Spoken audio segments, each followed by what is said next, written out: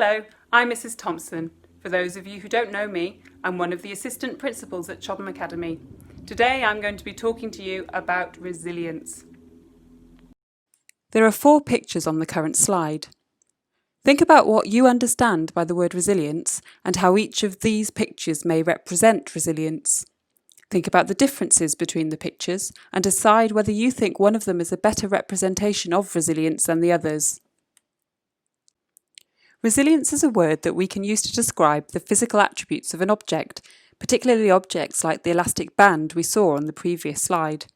However, resilience is becoming more and more commonly an area of research in psychology, with researchers keen to determine the key characteristics of psychological resilience. So what have researchers decided? Ledesma has described resilience as the ability to bounce back from adversity, frustration and misfortune. Think of the picture of Mr. Happy bouncing along on the previous slide. Perhaps the picture suggests that resilience is a key component of happiness. Happiness is not simply a disposition you're born with, a set of external circumstances such as wealth or professional success, or even the luck of having never faced challenges and adversity in life. Indeed, if this were the case, the poorest people in the world wouldn't be capable of happiness, and yet we know that this isn't true. Walsh said that resilience is the ability to withstand and rebound from disruptive life challenges, strengthened and more resourceful. Again, we see the idea of bouncing back or rebounding. However, Walsh goes a step further and states that we are strengthened by overcoming obstacles. Unlike the elastic band, we do not simply spring back to our original shape. Rather, we are like the tree which withstands the winds yet bends and adapts so that it can thrive in the harshest conditions. This idea is taken up again by Maston and Southwick, who argue that adaptability is the key to resilience, emphasising that resilience isn't an innate quality that we're born with, but is rather a set of skills, attitudes and behaviours that we can learn and improve. I recently came across a story which perfectly demonstrates the human capacity for resilience. You will find out more when you watch the video on the link below, but to sum up the story for you, in June 1965, 6 Tongan boys, all pupils at a strict Catholic boarding school, aged 13 to 16, decided to steal a boat and run away to Fiji. They packed 2 sacks of bananas, a few coconuts and a small gas burner, but didn't think to bring a map or compass. That night they fell asleep and awoke to a storm which shredded their sail. They drifted for 8 days without food and water, managing to collect some rainwater in hollowed-out coconut shells, which they shared equally between them, each boy taking 1 sip in the morning and another in the evening.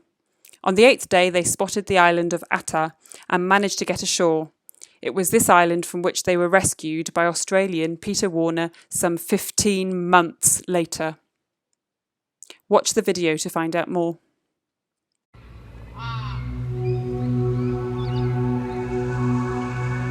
When Manu Tatau was just 16, he had an experience that changed his life forever.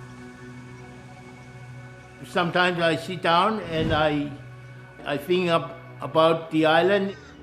In the 2 years that I was there, sometimes I could not stop crying.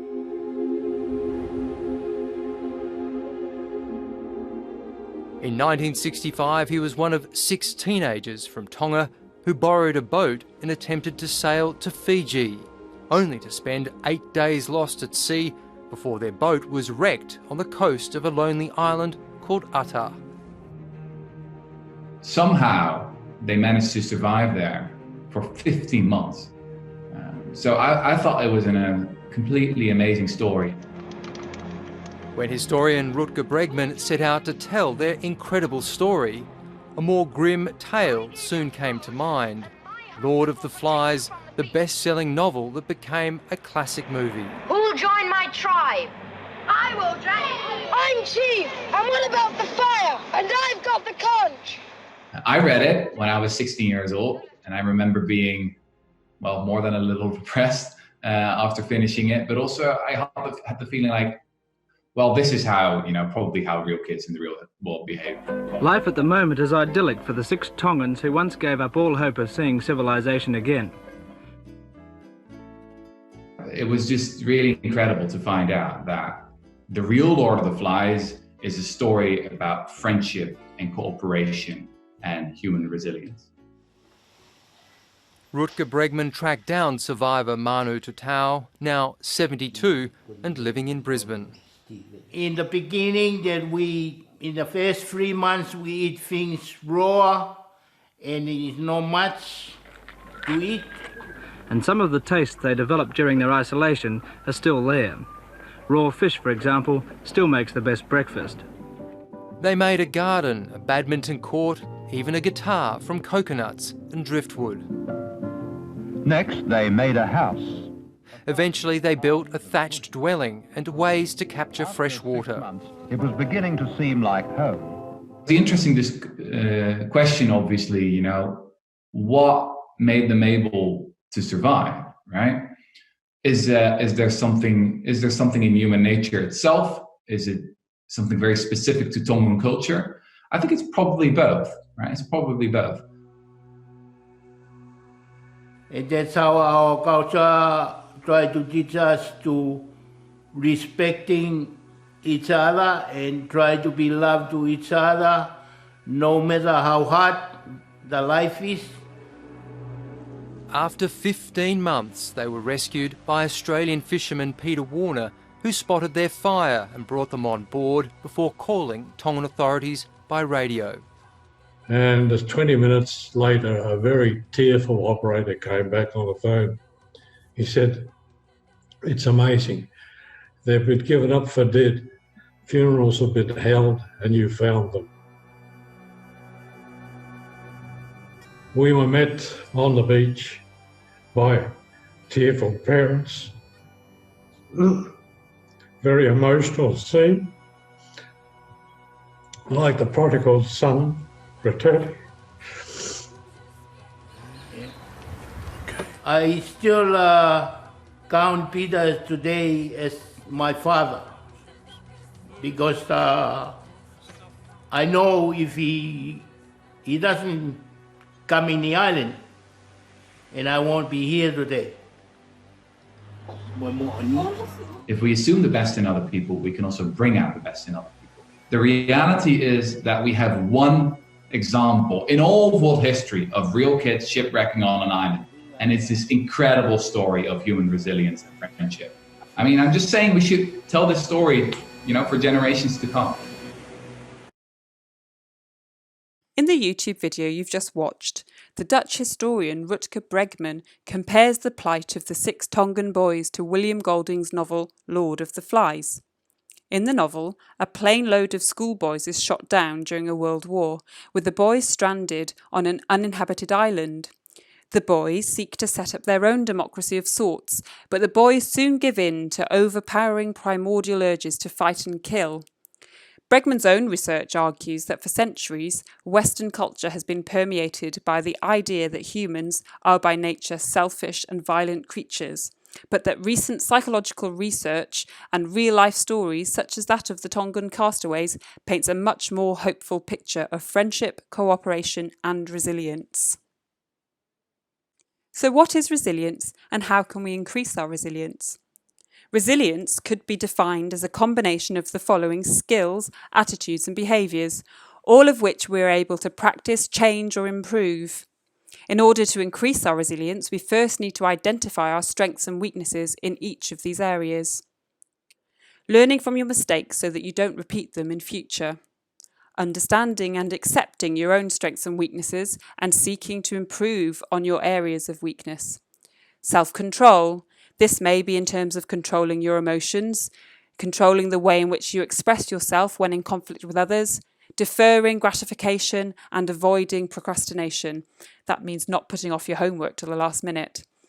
Willingness to overcome difficulties rather than to avoid problems. Optimistic and positive thinking patterns. Developing social skills, as well as the ability to seek help from others. The ability to recognise your own emotions and those in others. Problem-solving skills. Setting goals with realistic expectations.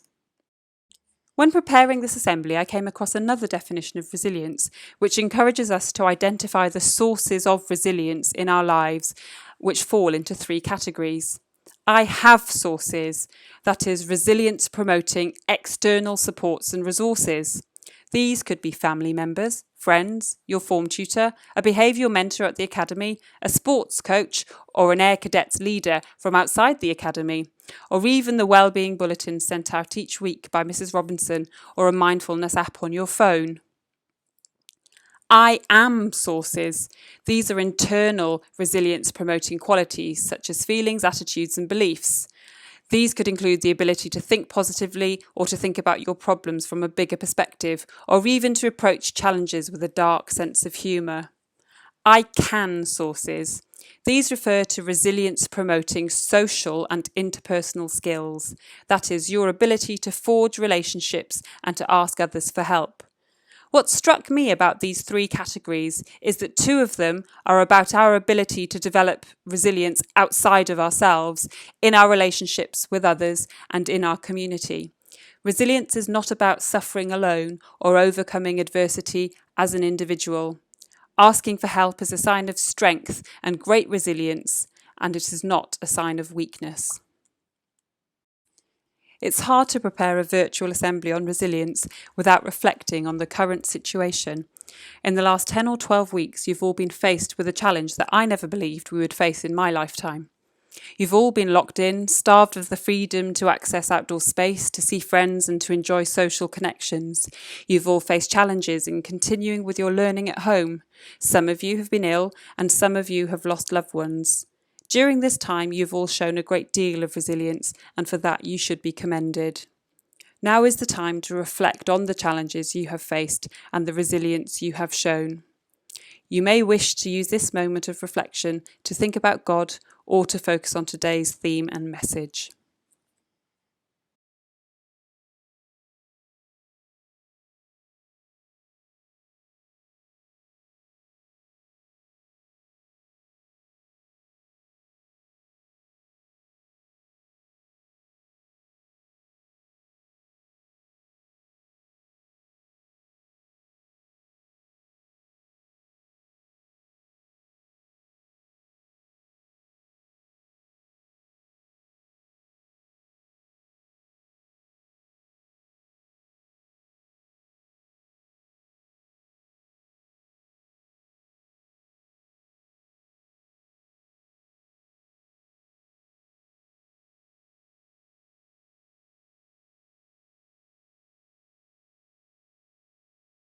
Warning, this video may contain scenes of heads exploding under pressure. We all feel pressure to get things done. Just because we're in lockdown doesn't mean that our lives aren't full of things to do. I'm sure you sometimes feel there are too many tasks competing for your attention. Schoolwork, responsibilities around the house, even social commitments. Like the poor victim in this notorious James Bond scene, it can all sometimes get a bit too much. Now, it might seem obvious that writing a to-do list is a good thing to keep track of what you have to do, but there are good ways to write to-do lists and obviously less productive, perhaps even damaging ways to write your to-do list.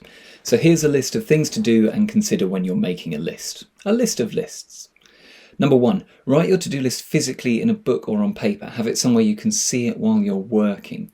So putting it on your phone will obviously give your subconscious an excuse to get distracted by whatever it is you want to be looking at. Don't give it that excuse. Instead, paper, physically in front of you, there it is, no avoiding it. Number 2, distribute your tasks between different days or maybe even weeks where necessary. Address the most urgent tasks first. When do you need to have taken out the recycling by? Is that before or after the deadline for your English coursework? Number 4, if something's on your mind as needing doing, write it down. There's no item too small that it can't go onto your to-do list. If it's in your head, it's taking up space that you could be using mentally to focus on the task that's in front of you. Once you've written that little task down, you won't forget it, but you also won't have to keep thinking about it. Number 5, break down your big tasks, especially those that are worrying you, into smaller tasks that it will require. Don't put write coursework on your to-do list. Instead, break it down into more manageable chunks. For example, read coursework text, research alternative interpretation, read over notes from lesson, write 300 words of the essay, etc. Number 6, consider how long each task will take you and only assign a task to today if you have the time to get it done. If not, find a better time to give it your full attention. And finally, number 7, there's nothing sacred about a to-do list. Add tasks, cross them out, move them around. If you get to the end of your day and your to-do list is only half done, be glad that you got that half done and think about how to redistribute the remaining tasks through the rest of the week. All of that should help you manage the pressure.